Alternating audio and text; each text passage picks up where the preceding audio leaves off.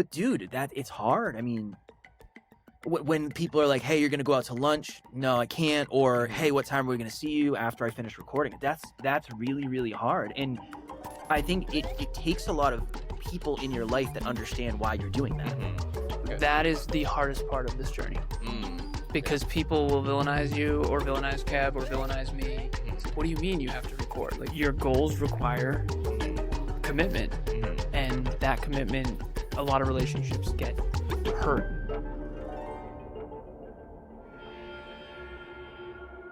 Hello, and welcome back to Retrieving Sanity, your podcast for recovery-focused healing from addictions and traumas with personal experiences. With your host, Keegan, and today we have two very special guests. They've been on the show before, and they are back to, well, show us how different lenses of life can actually bring us to a greater common good. So we have Alan Lazaros and Kevin Palmieri today. How are y'all doing? And did I pronounce the names correct?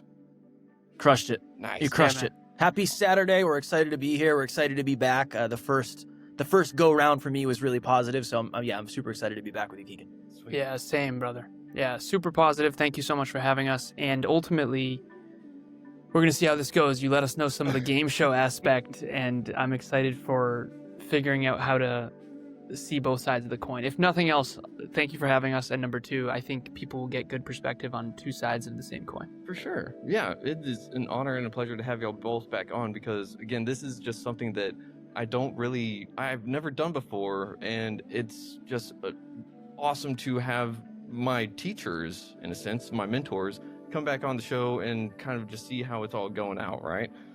But with that being said, real quick, can y'all both give an idea to the audience what Next Level University is? Next Level University, it's evolved a lot over the years, and thank you for that. So, Keegan, you're in our Next Level Podcast Accelerator. So when he says teachers, what he means is Kevin's a podcast coach, I'm a business coach, and we have a group coaching program that he's in, which is very cool. Thank you for joining us, seriously.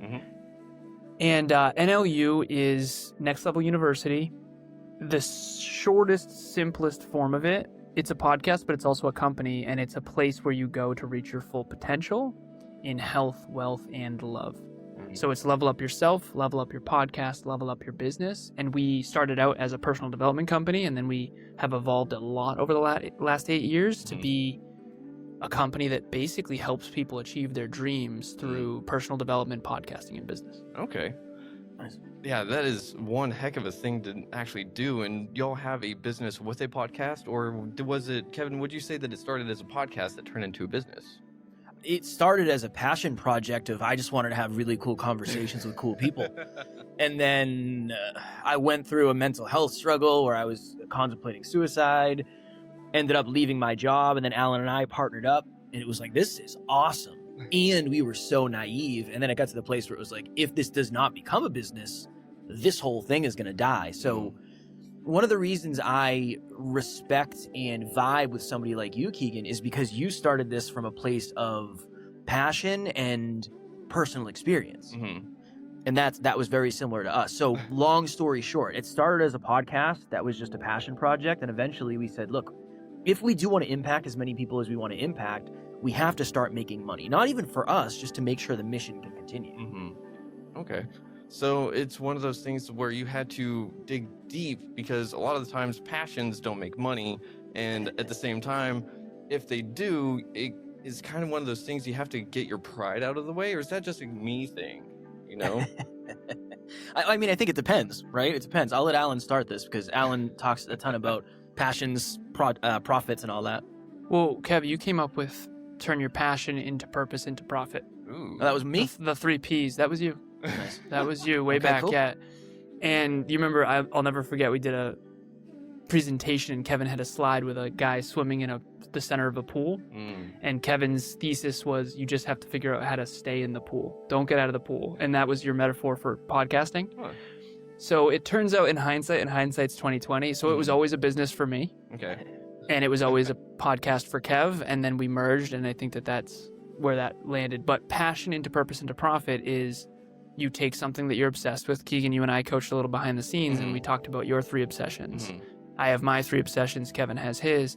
And you basically take something that you're super passionate about. I call it an obsession. Most people call it a passion, which is something that you do. So Kevin and I are both very passionate about fitness. extremely. That's actually where a lot of this started. Okay. We're also very passionate about personal development. Uh-huh. We've become passionate about podcasting and business, and that's why we've evolved. Uh-huh. So passion into purpose into profit. So passion is something that you do on your own accord that you adore. Okay. Purpose is helping other people with that thing. And then profit is you do it for others for money. And so we are passionate about podcasting in personal development, and then our purpose is to help others, other podcasters who are into personal development like yourself. And then profit would be our group coaching program, which you joined, which is profitable. And then you take those profits and reinvest back into passion, back into purpose, back into profit. So passion, purpose, profit, and it just snowballs. Okay. Yeah. So it's one of those things where it should be a feedback loop on itself, right? In the positive manner, so that once one of them gets going well, the other two should follow suit, correct? Yes, and the profit part. What I've found is that you're either on one end or the other. Okay. Some people go for profit first, and they're really good at profit, but they don't find a lot of passion in their work. And a lot of times they're not as focused on helping people. Oh, yeah. It's profit first, helping people second. The other way, I think, is a better long-term play, which podcasting, I think, is a good example of this, because if you think you're going to make a lot of money in podcasting in a very short amount of time, you're in some trouble unless you're already famous or extenuating circumstances. So passion to purpose into profit is the syntax we recommend. That's the order we recommend, and that's what we did. The first year, we didn't make any money. Second year, 13 grand between the two of us, and it's snowballed since then, and we just had our first $100,000 month last month, which is wild. Whoa. Thank you, brother. Thank you. Which is a big deal in podcasting. I always joke with Kev. I say, for a business, that's not very good. Amazon makes more in a day than we make all year. But for a podcast, that's 1% of 1% of 1%. So thank you. But ultimately, what I've found is you are either really good at profitable part or really good at passion. Very rarely do those two coincide. And Kevin and I were both very, very good at the impact portion. So purpose. We both did this to help people, and we stayed there, fortunately. Yeah. And it's actually been hard as we've become a more profitable business, and we have an 18-person team now, and all. It's very hard to remember why you started. Ooh. Because now we have a lot of problems we never had before. We also have a lot of money we never had before. So now it's like, okay, who are we, and how do we stay at the core of why we started this, and how do we make sure we're still helping people in the way we wanted to, but also for a freaking profit, because you can't afford an 18-person team without a lot of revenue. Yeah, that's for sure. And thank you for that insight. Because I have to take Kevin's advice about the jar, but I'm going to go freaking broke if I do that. So I just have to. It's one way to stop, Keegan. It's one way to stop. Go broke. God. Keegan, I've been there, man. Yeah, I've been there. It's one of those things. It's basically my prosthetic leg at this point, right? But with that being said, y'all are passionate about helping people, and that's one of the things, right? We have to have boundaries in that regard, because if we don't have boundaries helping people, we'll accidentally let some of their stuff spill into our own life, right? So with that being said, how do y'all set boundaries with yourselves, the people that you help, and what are y'all's boundaries like with each other? Because surely there's going to be some kind of clash every now and then, right? Never. Not ever. It's never happened. That's the hard thing, is I think most people want to help people because they wanted to be helped when they needed help. And so many people that get into this type of space are just martyrs. And it's just like, yeah, Keegan, call me whenever you need me. I'll answer the phone. I'll put you ahead of myself. I'll take care of you before I take care of myself. So I think that's the first thing, is you have to understand what position you're actually coming from. Okay. Alan and I were huge martyrs. We'll be able to shoulder more weight. We'll grind it out. We'll handle it. Just let people climb on our backs. And I just think over time, you start to understand the energy of people that you're trying to help. I want to help everybody. Yeah. But it does get to a place where you understand there are more aligned and more aligned and more aligned people to help. Humble people, hungry people, people with work ethic, people that say they're going to do it and then show up and do it. I think that's a really, really big piece of it. But I don't know if you can really get there until you go through the hard yards of essentially getting taken advantage of. Okay. Because I think a lot of people go in, it's like, well, I'm not going to do anything for anybody unless they pay me and blah, blah. It's like, that's an overswing. Yeah. And you also can't say, well, it doesn't matter. Anybody can come in and they can have whatever we can't do that either. You got to find the right piece. And I think the only way to find the right piece is to swing and then say that's not it. Swing back the other way, and eventually you just swing less. I think that's a big piece of it. And then I don't know if I could explain well our boundaries, because I feel like we don't really have. I think at the end of the day, for us, it's about the business. So if it's what's best for business, that's the boundary. Okay. I think that's probably the best way. You've probably thought about that more than I have, honestly. Kev was better with relationship boundaries. I was better with goal boundaries. Ooh, okay. That's a really good way to put that. So I sucked at relationship boundaries so bad. I didn't realize how much maintenance relationships take, but I do know how much goals take. Yeah. Okay. And my goals and relationships conflicted a ton, and I take full responsibility for that. I use Michael Phelps as a metaphor. 28 Olympic medals, 23 gold. And he spent 5 years straight in the pool. No birthdays, no holidays, no 5 years straight. And in 2008, he broke all those records. And I say, as weird or arrogant or whatever this might sound like, I treat myself like an Olympic gold medalist, even though I don't have an Olympic gold medal. So I don't have the excuse. I don't get to say, hey, but I'm in the Olympics though, so I can't be at the barbecue. But I do treat NLU as the CEO like, that seriously. Level 10 commitment is what we call it. So when you set a goal, you have to be subservient to that goal. Okay. And that requires you to have boundaries with your relationships. What I've found the hardest part in this journey for me is the goals that we've set require me to be completely unavailable. So Keegan, if you were to hire me as your one-on-one client, you'd be more available to me than 99% of people. Gotcha. Because that's my number one focus is one-on-one coaching. That's a big part of the business. That's a big part of the mission. That's my favorite work in the world. When it comes to goals, I was good at boundaries. When it comes to relationships, I was not. Kev, when you mentioned our boundaries with each other, it is what's best for the company, but also we're balancing our relationships too. So he has his best friend, he has his wife, he has the company, and the company requires more of him than anything else. And that's been hard for both of us because we've pretty much had to, this is hard to explain, but we've kind of had to put everything else as secondary to the company. Great example for this. Yeah. I was at a wedding yesterday and I went and I saw the groom, who's my best friend, and he's like, hey, we're going to go get lunch. What are your thoughts? And I was like, dude, I have to record 3 episodes today. I already prepped. So this is a really good example of boundaries. When I first saw him, I said, hey, just FYI, let me know what tomorrow looks like. I know I'm going to deliver flowers to your future wife, and I got all that done, and I need an hour and a half to myself, and I'm not going to be available. So I was creating the expectation that, hey, I have to work. But dude, it's hard. I mean, when people are like, hey, you're going to go out to lunch, no, I can't, or hey, what time are we going to see you after I finish recording it? That's really, really hard. And I think it takes a lot of people in your life that understand why you're doing that. Because that can go really wrong if people don't get it. Yeah. Like, well, why can't you make it to lunch? It's not that big of a deal. Honestly, outside of, it is the biggest deal in terms of a thing. My wife is the most important person. Then Alan comes after that. I mean, me, my wife, Alan, right? Yeah.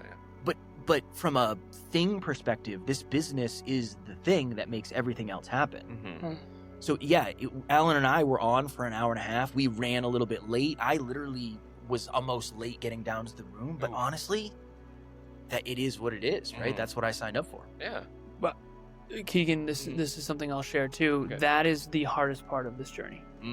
Because people will villainize you or villainize Kev or villainize me. It's like, what do you mean you have to record? Like, you're at a wedding. It's, your goals require commitment. And that commitment, a lot of relationships get hurt by you not, because when you set a goal, it needs time and effort. Yeah. And money. But time and effort primarily. If it's a business, hopefully it makes money, but it still requires money to make money. Yep. So the moment we set a business goal, Kevin and I, our time, effort, and money has to be invested in that. And that means it's not invested in our relationships. And so that is the hardest part. If you give me the divorce rate of entrepreneurs, it's got to be way higher than the norm. It's got to be. Now, Emilia and I, Kevin and Taryn, we're not planning on that. We are doing proactive work to make sure that doesn't happen. And I'm also dating an entrepreneur, so I feel like a huge advantage in that. But at the end of the day, let's not get it twisted. We're business owners, right? And we have to be the number one committed. I said this, and this will be the last piece on this. Okay. If anyone ever outworks me at NLU, I will fire myself as CEO. Ooh. And I mean that. Wow. I will step down. If anyone ever outworks Alan Lazaros at NLU, I will step down. Yeah, that's some big words. And I gotta say that is level 10 commitment for sure. But that is one of the things that y'all highlight is that it's like as we grow, so do our priorities, so do our boundaries, so do our relationships, everything at once, it seems. But it can't all happen at once, can it? No. No, that's how you create trauma. We just that is exactly how we just did an episode. It's not even out yet. We talked about how all growth really is you go all in on one thing and you're like, whoa, I'm really fitness, I'm crushing it. And then you get a message from your partner and they're like, hey, we haven't gone to dinner in 6 weeks. It's like, oh no. Okay, good. We're gonna schedule dinner once a week. We're gonna go out. And then, like, fitness now is kind of a little bit of the back seat, but now the relationship takes the front. And then you're like, relationship's great, fitness is okay. Where's all my money? Oh, business has been suffering. Okay, now I need to either take from the gym or from my relationship to pour into the business. I don't think you can have level 10 in all three of those. Okay. And I think, to your point, there has to be... And I know we're going to get into it, and I'm going to defend something that I, at one point, could not have defended. But it starts as like an awareness, and then you learn about it. And then it starts as like, okay, well, I need to find a way to solve this problem. Okay, this is a habit to do it. Now I can stay consistent. I think everything has to be incremental, because as humans, to Alan's point, if you start something and it's too overwhelming, you're not going to do it for very long. Yeah. Right? And if you go all in on everything, you're essentially saying, I'm just going a little bit in on everything. And it just... It's really the opposite of, I think, what most people think and how we're taught to do things. Ooh, okay. Alan, what do you think about that? Courage, man. So for Kev, he had to have the courage to... So if Kevin and I, and we learned a lot from each other through this, if Kevin and I look back on our life, we're both 36 now. I can say that now, Kev. I know, right? I can say that for one more month. So we're both 36 years old. Both, I call us Alan version 3.6, Kevin version 3.6. And when you look back, most of my, if I'm honest with myself, most of my regrets is hanging around the wrong people. Okay. Most of Kevin's regrets is not trying harder or doing things or sticking with it or that kind of thing. So what we figured out, and I know that you're going to talk about this later, but success and failure, I am more fearful of success because the more successful I become, the harder my social life becomes. And Kevin is afraid of failure because he didn't think he'd amount to much. And neither one of it was true. My story to myself is the more successful I become, everyone's going to villainize and hate me. And yeah, there's some evidence. I've got some evidence. God damn it. But I have to override that, and I have to have the courage to be villainized. And the courage to be a mirror, and the courage to work every day and own it, and the courage to sit in my truth. Okay. Right? Yeah. And for Kev, he has to have the courage to show up every day and try and to fail forward and to constantly disappoint himself and that kind of thing. So I think we're all fearful. I think we're just fearful of very different things. Ooh. Okay. So it's kind of being like, you've got to be intentional with where you're putting your time, your energy, and where you put your goals, right? So one of the other things that I heard you talking about was being villainized. So how do y'all handle critics? How do y'all handle outside negative influences? Because that's something that stops a lot of people's growth, is because either peer pressure of sorts, or again, saying, hey, why don't you go out to dinner whenever y'all have a podcast recording to actually do? It's like, you've got to figure out where you are, right? If you're trying to sit there for yourself in your company, you're going to have people sit there on the outside telling you you can't do it, right? Kev, do you want to go or me? I think you should lead, because I think you have more experience in this, unfortunately. Ooh. Least favorite part of the journey. Okay. To me, I actually and ironically, I feel like I'm going to get villainized for this. So this will be kind of one of those paradox moments. I don't feel like the hard work part's very hard. Okay. I don't feel like the discipline or consistency is very hard. I feel like I think of the real world and the social world. Mm-hmm. Okay. The real world is who you are and what you are when no one's watching, exercising consistently, showing up for yourself, keeping the promises you make to yourself, aligning with your goals, structure, systems, environment design, all this kind of stuff. That stuff always felt like a strength for me. Okay. The part that never felt like a strength was the social world. So I playfully say the social world is the wedding photos and everyone giving you likes and engagement. The real world is the actual marriage. Yeah. And I had the syntax wrong in the past. So before 26, my car accident, very short version. I know some people listened to the past episode and heard my story, but my dad died in a car when he was 28 in 1991. When I was 26, I got in a head-on collision, my fault, and it was my second chance my dad never got. That's the shortest possible version I can give you. And it was not a fender bender. This was a bad accident. So after that, I realized, okay, I've been trying to be liked and likable, and I'm not, and relatable. And I'm not. And Kevin would tell you it'd be better for him to say it than me, but I don't think there's very much about me that is relatable, Keegan, to be honest. Okay. I haven't taken a full day off in 10 years, and I never intend on it. So, and that's really not normal. Yeah. I've never been a big fan of the holidays. I don't care if you wish me a happy birthday at all. Like, seriously, don't reach out, and with love. and I'm just weird in that way. And I've had to own my weird. So the villainized part is you're going to be misunderstood. I felt misunderstood my entire life. Yeah. And in a world where only 3% of people have clear written goals, and you've had clear written goals since you were 7, you're not going to be a very likable person, or relatable person, I should say. And so the villainized piece, at very least, you're going to be misunderstood. Yeah. And all the movers and shakers of history are misunderstood in their time. And I've had to, it's the worst part in the entire world. I fucking hate it, to be honest with you. Sorry if I'm not supposed to swear. No, you're fine. But I have to do it because I don't like myself when I'm not myself. Okay. Fire. Yeah. For real, that is some fire. And so, Kevin, how do you deal with that kind of stuff? How do you deal with critics or the people that just are misunderstanding you to the point of villainizing you?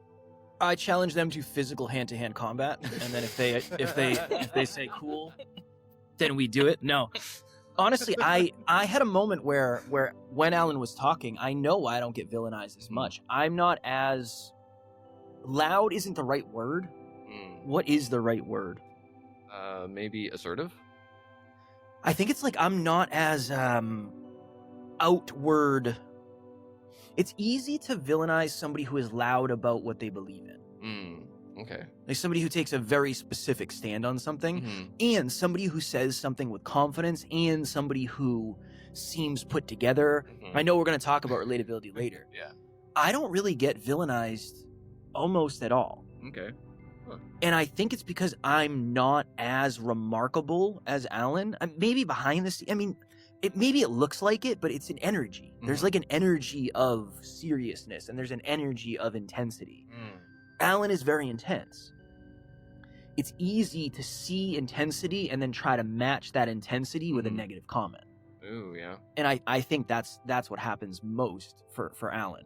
We just had somebody on the team who got villainized, and the reason she's getting villainized is because she's coming out of her shell, and she's being vulnerable, authentic, and real. Oof, and that's hard. Is what I would say. The thing that has helped me the most is understanding that it has nothing to do with you. 9 times out of 10, it has nothing to do with you. They're going through something. They see you as a shiny object, and they want to rain on your parade. Fulfilled people do not leave negative comments. They don't have time to do it. I try to say, and again, I'm not so transcendent that I'm at this place, but I try to say, this person's going through something. Let me have empathy for them. I hope they're doing well, and I hope they find a new direction. But yeah, I get triggered. It hurts. It hurts when... I remember somebody left a negative comment on one of my videos. They said, this guy thinks he's Tony Robbins out here saving people's lives. And the night before, I was DMing with somebody who was talking about taking their life.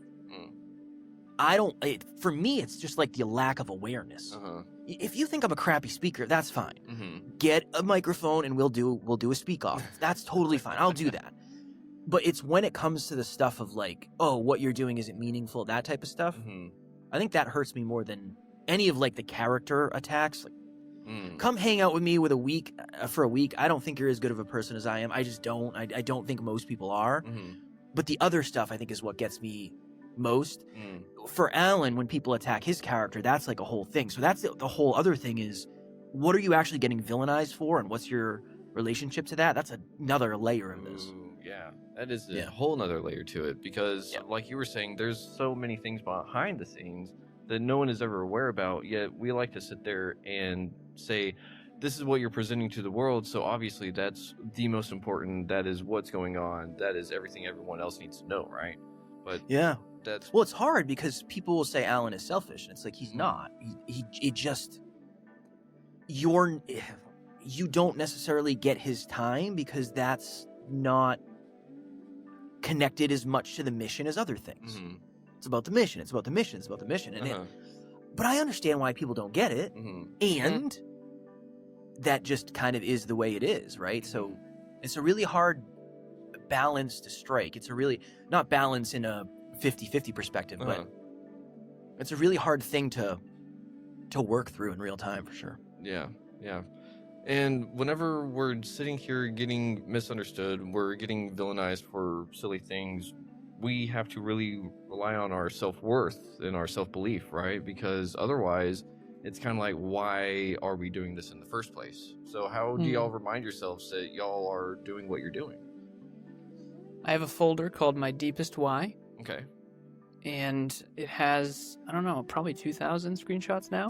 As a matter of fact, Keegan, you reached out and said thank you to me after our coaching session. And I have a screenshot of it because when I want to cry into a fucking pillow, I need to, I'm joking, I need to look at this stuff and see, because here's the deal. People come at me often and I need to remind myself why I'm doing this, because what I'm really trying to do is help the most people I can.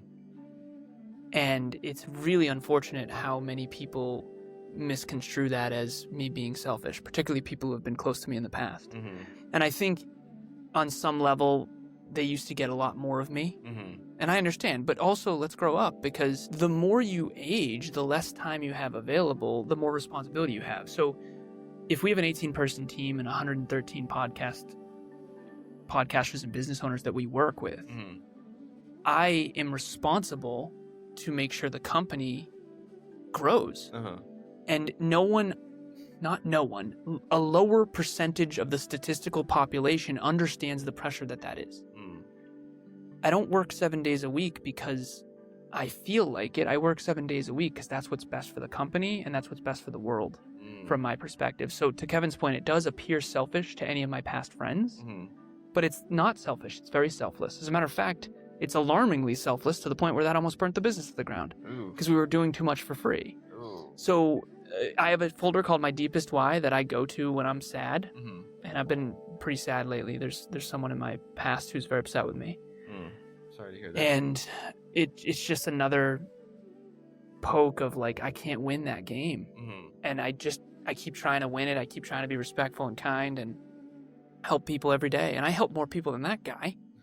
Yeah. It's not close, but it doesn't matter because he's hurt, and that's what people are hurt when you're valuable and they want to be in your life and they can't be, and they get hurt by that. So it's like, it's inevitable. I've tried to find ways around it and I regretted it every time. I used to be everything for everyone. I had dozens of friends and dozens and dozens and dozens of college friends and high school friends and corporate friends, and I was everybody's in all the fraternities and sororities, and I just lost myself, Keegan. And now that I'm a meaningful specific on a mission, it's my social life is very challenging. My real life is magnificent. Huge fan. Big fan. Grateful to be here, man. Thank you so much. But in social life, oh my God, not good. Not good. So my Deepest Why folder helps me stay committed. That's awesome. Thank you for opening up and letting us know all about the Why folder and how it came about and what it does for you. And Kevin, what do you got for you? How do you remind yourself of what you're doing? This is always my answer. I look back. I look back on our old content. I look back on old Kev. Again, for me, I'm way further than I thought I was going to be. So I'm just super grateful to be able to even do this. It's weird that people want to talk to me. It's still weird for me. It still doesn't make total sense. Uh-huh. I don't know if it ever will. I don't know. But yeah, I reflect and I go and I look at our old content and I check in with that and how hungry we were to help people and how good we thought we were, even though we weren't that good. And what was I going through? What did I think of myself? What did I think the future was going to be like? That's a really big thing. Mm-hmm. And then just to touch on what you were asking specifically about self-belief and self-worth, going like on the day-to-day, Alan and I are now more than ever checking in with, okay, is this good for self-worth and goals? Okay. Is this just good for goals at the expense of our self-worth? That's something that was not on our radar. That's why we gave so much stuff away for free. It was just like, whatever. We'll just grind our faces off and it doesn't matter. Don't worry about us. Yeah. We'll eat last. We'll always eat last. Sometimes we won't eat.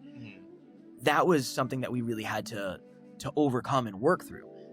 I would say we're still on the very low end of like, we're not entitled. We work really hard. We always put people above ourselves because I think that's who we aspire to be. Yeah. But that goes back to the boundaries, right? That's a big piece. Yep. And then I think now more than ever, when you start getting results, self-belief is way easier to build because you have proof that everything you've done in the past actually worked. So honestly, Alan said, how was your best man speech? And I was like, not up to my standard. You know why? The paradox there is it's probably better than anything you've ever done in the past, or at least would have done. But it doesn't matter because your standards are higher. And I wasn't as anxious, so I didn't prep as much as I normally would. Yeah, true. Yeah. So it's like people are like, paradox. How do you feel? And I was like, delusionally good about doing it. That's an L. There's got to be a little freaking scarcity. You took an L? Did you take an L? In my opinion, I took an L. Ooh. Yeah. In my no opinion. one else would notice. Yeah. I get a lot of kind words, but again, it's not up to my standard. So in real time, I have to say, okay, what happened? How do I tear this all apart? And now I need to go show up today and give this everything I have to rebuild my self-belief that I'm actually good at this. And that's it. Now I'll have this rep. This will be my latest rep. Done. Right back to arrogant, baby. And then I'll forget to be humble. I'm going to do the best podcast episode ever right now, and then everything's going to be fine. And then everything's going to be fine after that. Real quick, I'm sorry to interrupt, but if you guys saw me looking off into the distance, Keegan, I wanted to show you, I actually have saved screenshot of what you said to me. You said, thank you, man. I really appreciate you and all of your input. It was great and highly recommend to anyone else that needs that clarity. I literally took time to screenshot that. Yeah. You know, because anytime anyone's ever reached out saying thank you, I screenshot it and I save it. Yeah. Because I want to accumulate the thank yous so that when I get attacked, I can go there and just remind myself why I started what I started this. Because I joke, I say I could easily sell Aura rings. You know what I'm saying? Fast growing company. If they need a VP of sales, just let me know. I'm kidding. I would never do that. This is the mission, and I need that in my deepest why folder. So I wanted to share that with you because you sent me that 3 days ago, something like that. Something like that, yeah. And one of the things that I'm kind of hearing is that y'all are both sitting there looking at the past a little bit and having it inform you, but not necessarily drag you down either. But at the same time, if you're not looking forward with intention, you're just going to kind of fall flat on your face almost, right? Alan's the guy to ask about that. For me, I was just showing up, Keegan, hoping for the best. You know what I mean? Yeah. Stay in the pool, baby. Yeah, stay in the pool. If you love something. So this was the analogy, and then I'll kick to Alan. Okay. I thought most people in life find a pool. They don't really want to learn how to swim. They want to swim to the bottom. They want to get all of the coins, and then they want to get out of the pool as fast as possible. Yeah. When you find a pool that you love, you jump in and you say, holy crap, this is the best thing ever. You have to learn how to tread water, and then you have to learn how to swim because you want to stay in that pool as long as possible. Yeah. That is a suggestion to me that you have found your thing. If you do not want to get out of the pool, you have probably found your thing. And then all the skills you need to develop are the different types of swimming styles, right? So I'm a better swimmer than I used to be. That's all. And the metaphor is if you don't grow and set goals within that pool, the pool goes away. And in this case, it's not actually a pool. It starts off as a pool, and then it's like a pond, and then it's like a decent-sized lake, and then it's a great lake, and then it's the ocean, and then it's perfect storm, and you're drowning, wondering on the side of the door on Titanic why you're freezing to death. Yeah. I wanted to one day, I'm king of the world, the Leonardo DiCaprio thing at the Titanic. This is a meme I'll create one day. what people think what people make it look like entrepreneurship is, and it's king of the world on the front of the ship with the dolphins, and then what it really is him on the side of the door freezing to death, you know. But anyways, it's not a pool. It doesn't stay a pool. That's fair. It turns into a freaking ocean, and you got to learn how to swim better and better and better in order to stay. But I digress. I've forgotten what the question was. It was essentially, how do you have the past inform you instead of dragging you down? Well, again, the pithy quote is learn from the past, build in the present toward a bigger, better, brighter future. People say, are you past, present, or future? It's all three simultaneously. Some people say stay in the present. I think that's very scary advice. That's only 1/3 of the equation. Like, imagine someone who never learns from the past. That's a terrible idea. Yeah, I don't. Right? Yeah. I don't think study that's even history, count. study your history. Yeah. So you got to watch the movie of your own life and go, oh, so I was abandoned as a kid, and that made me this chameleon. And okay, so that hurt, and this. Okay. So you got to heal from the past. There's your therapy. Good. Yeah. And then you got to build in the present. That's productivity. Okay. But you better be building something. You can't just swim in a pool. You gotta design the future. And to me, I'm an engineer, so again, this is something I get villainized for, but I think everything should be by design. Yeah. Okay. Because in 10 years, you're going to arrive, and it might be a terrible place. Yeah. And people that are just wandering around aimlessly, there's that quote of not all those who wander are lost. Honestly, most of them are. That's the scary truth. Yeah. Some people aren't. Some people are actually wandering and exploring, and that's enjoyable. But a lot of people are lost as hell and pretending they're not, and then giving advice on what you should and shouldn't do. And to me, as an engineer, you take this phone apart, you rebuild it better. I think you can do that with your life. And I think if you don't, you're in some serious trouble. Like, the future is not going to be great by default. The future is going to be great by design. Yeah. And through work and humility and all that. So, okay. And you know, I've had dozens of coaches and mentors, and if I didn't, who knows where I'd be. So, you know, it's very important to have goals, because if you don't, you have no necessity to get a mentor. Like, if you didn't have any podcast goals, you never would have found us. Yeah. Right. True. This right here is a moment in time, in the present moment, that is the amalgamation of our three goals. Exactly. And if you take away the goals, this amazing conversation wouldn't have happened, and the world would have been a far less place. Yeah, you put it very eloquently, and I have to agree with you, because it is really just a bunch of the past. It is the present in the moment, and it's kind of where we have ideas for our podcast to go, right? So I do have a question. We're we're near the part where I think it would be good to break into the game show segment for y'all, if y'all think it is. Of course. Okay. 10 minutes, 34 seconds. All right. We'll make it as quick as we can. Ready? All right. So part 1 is going to be the same question, but the different lens. So for both of y'all, it's going to be the same question. Y'all just give me what y'all believe. Okay. What's scarier, failure or success? Failure. Success. Ooh. Okay. And which matters more, relatability or credibility? Ooh. Depends. I gotta say depends, but I would honestly say credibility. Okay. I agree with Kevin. Credibility. Credibility. Okay. Although there's a deep part of me that wants relatability and is never going to get it. Fair. Without hating myself. Oh, I almost feel like y'all would have said the opposite almost. Same. I would have. You asked me 4 years ago, I would have. Now, Same. You cross a certain point, and yeah, it's a whole thing. Okay. Layers. Both are critical. Both Yes. are critical. If you can't relate, I'll be brief, but I'm speaking to a group of 14 to 18-year-olds next week. Okay. And how to reverse engineer your goals and dreams. And I'm sitting there going, I am screwed. I mean, I never thought about that before. The past would have just hammered it. It would have been terrible. No one would have told me.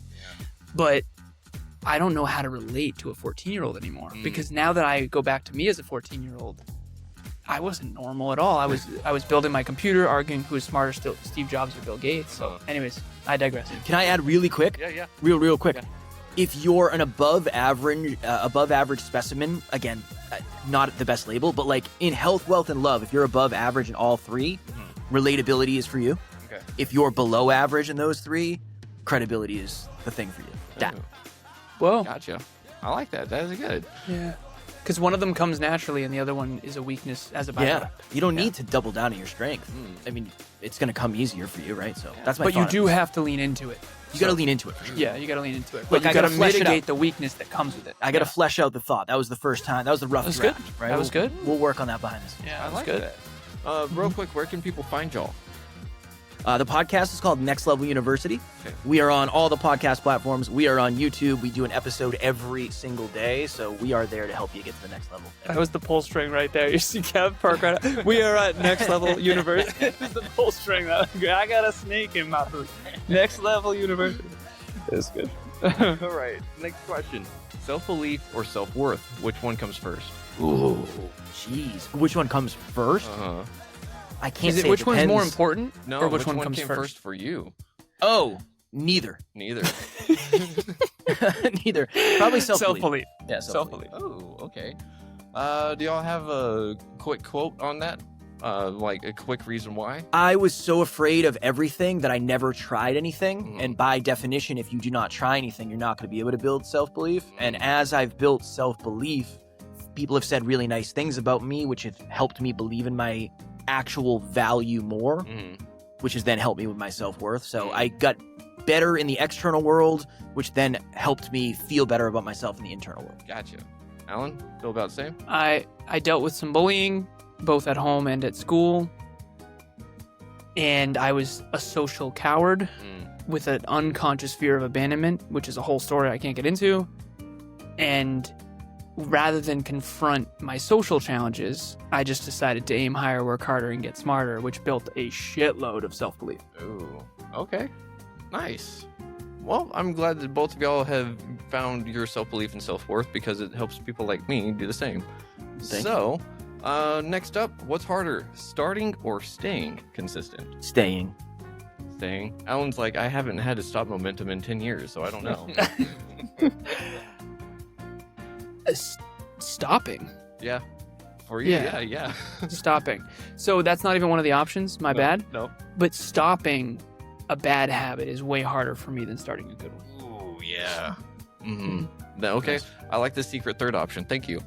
And then Thank you for allowing it. I Of course. appreciate it. It's a damn question, Alan. is personal growth more about looking inward or aiming outward? Oh, man. This is fire.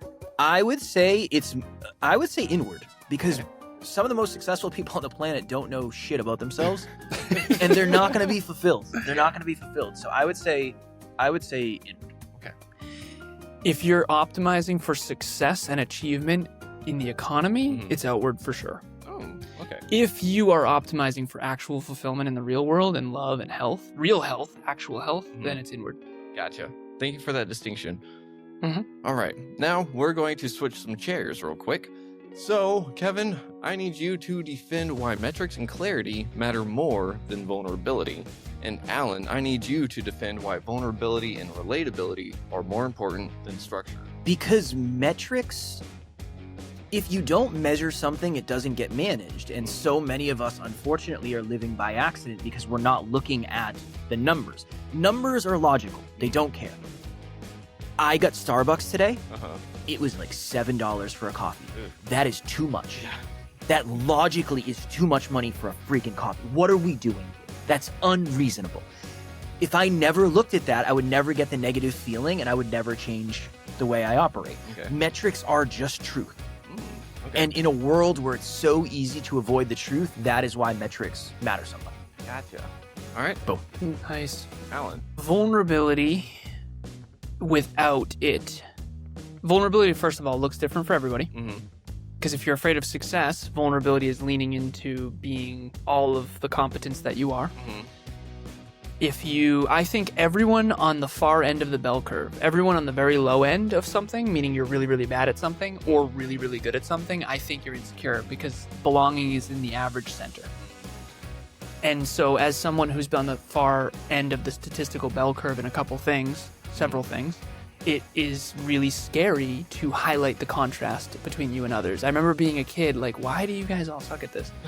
And it turns out they didn't. I'm just really good at stuff, and I'm good at getting good at stuff, which is a meta skill.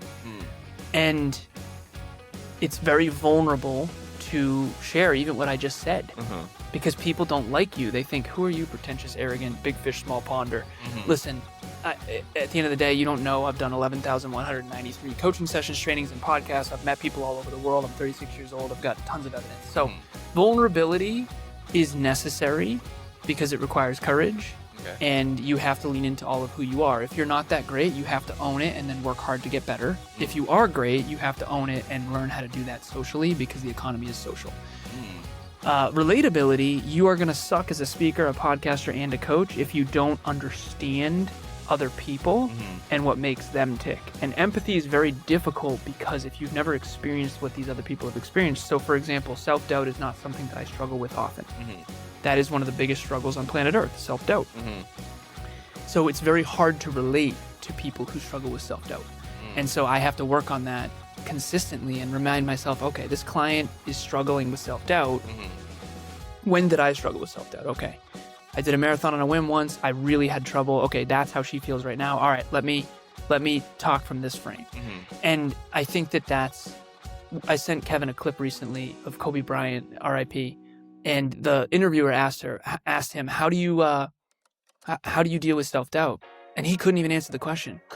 Couldn't answer it because he Didn't even know where doesn't to struggle start. didn't even know where to start. He's like, why would I ever doubt? And honestly, some people actually feel that way.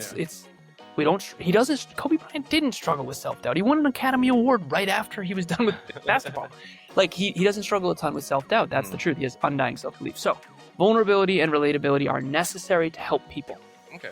If you want to be selfish and just be successful on your own, you don't need them. Yeah. But if you want to help others, you have to have them.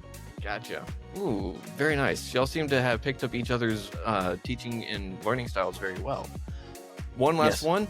Let's try to make it real quick. So, Kevin, you're going to defend regret is the ultimate teacher for growth. And Alan, you're going to defend fear of success is more dangerous than fear of failure. You can run from your past forever, but you can never outrun it because it's always connected to you and it's always connected with you. So many of us look back and say, well, I don't regret anything. I wouldn't change anything. I wouldn't do anything differently. And you're missing out on all of the feedback that you're not able to absorb. So when you look back and say, now knowing what I know, I would have done this differently, it allows you to look at what you know today to figure out what you can do differently today. And I think a lot of us avoid the shame of regret. And the reason you have shame in regret is because it is something that was misaligned that you would do differently today. Don't run from that. Use that as an opportunity to make sure that doesn't happen again. Ooh, okay. Thank you. Yes. And Alan? What am I debating again? What am I defending? You are defending fear of success is more dangerous than the fear of failure. Fear of success is more dangerous than the fear of failure. Yeah, because speaking to what Kev said about regret, you're going to regret not reaching your full potential. I almost died at 26, and that was my biggest regret. I was nowhere near my full potential. I had a lot of people who were proud of me. I was a global 1% earner, tons of tech companies, tons of money in the bank, investment portfolio, paid off my debt. But it doesn't matter because I was resting on talent, man. I did not have to try that hard. And yeah, maybe more than the average bear, but not nearly. I was putting 2% on the court, man. And I regretted it so much. So after that, I decided to work harder, aim higher, and get smarter every second of every single day for 10 years and lose all my friends. So the point that I'm making, though, playfully, is you will regret it if you don't have the courage to reach your full potential. And reaching your full potential is so freaking scary. It's so scary because no one likes you. It's very, very, very difficult. It's really, really difficult. It's not like getting good at one sport. People love you for that, and then you're average at the barbecue. It's reaching your full potential, and it's such a mirror for people, and it's very, very, very difficult. Okay. Thank you for that. That's very well defended, and I think y'all did a fantastic job at answering everything on today's game show of Next Level Showdown, the Growth Gauntlet. Nice. And I have to bestow upon y'all both the titles of the Next Level Navigators, because y'all help people navigate a map, and even though y'all may not choose the exact same route, y'all still get to the same destination. Appreciate Nice. that. Nice. Thank you. Of course. Keegan, I love the game show, man. Right, Good for same. you. Good for you. Thanks, man. Yeah. is there anything y'all want to leave the audience with real quick? Alan, I know you've got to go in now. That's okay. Yeah, and we're good. We're good. I have a 5-minute buffer with my clients, so we're good. Kev, go ahead, man. Parting words. Oh, man. One of my favorite things ever of all time, I say it so often, but I think we have a very unique perspective on it. From day to day, progress is invisible. Mm-hmm. Progress and or progress in the wrong direction are essentially invisible. Ooh. You don't notice almost anything. Mm-hmm. You just don't notice anything. But from month to month and year to year, progress and or destruction is impossible to miss. Yeah. That is the best thing I can leave anybody with. If you happen upon this interview and you think Alan and I are in any way good at anything, it's just because we've done this thousands and thousands and thousands of times. Uh-huh. And you happen to see us now, not 6 years ago. Hopefully, if you see us 6 years from today, we will be nearly unrecognizable. That's the goal. Mm-hmm. But if you see us tomorrow, we're going to look exactly the same. Yeah. And it's the same for you out there. So from day to day, progress is invisible. From month to month, year to year, it is impossible to miss bad or good. Nice. All right, mine. Last parting words. Okay. Same thing Kevin said, but the math version. Nice. If you put $1 in a financial calculator, anyone can do this. Don't do it in ChatGPT because ChatGPT is kind of sucking with numbers for whatever reason. Financial calculator, Google it. Okay. $1 in, 0.1% growth per day. Okay. For 50 years, Mm-hmm. becomes $84 million. Huh. It's 83 something. I rounded up. Huh. If you take weekends off, Okay. it becomes $439,000. Whoa. Yes. The compound effect of small improvements that are invisible, to Kevin's point, Mm-hmm. is wild over time. Mm. And just by taking weekends off, you have 191 times less money long term. Wow. So what you are capable of long term is unbelievable. What you're capable of tomorrow is minimal. Mm-hmm. Treat each day like that 1% improvement, that 0.1% improvement, that little bit better, little bit better, little bit better, little bit smarter, little bit stronger, little bit better. And eventually you will achieve your dreams. Okay. I like that. I love that a lot, actually. That's a stark difference between a lot of million and just a couple 100,000. That's a big difference.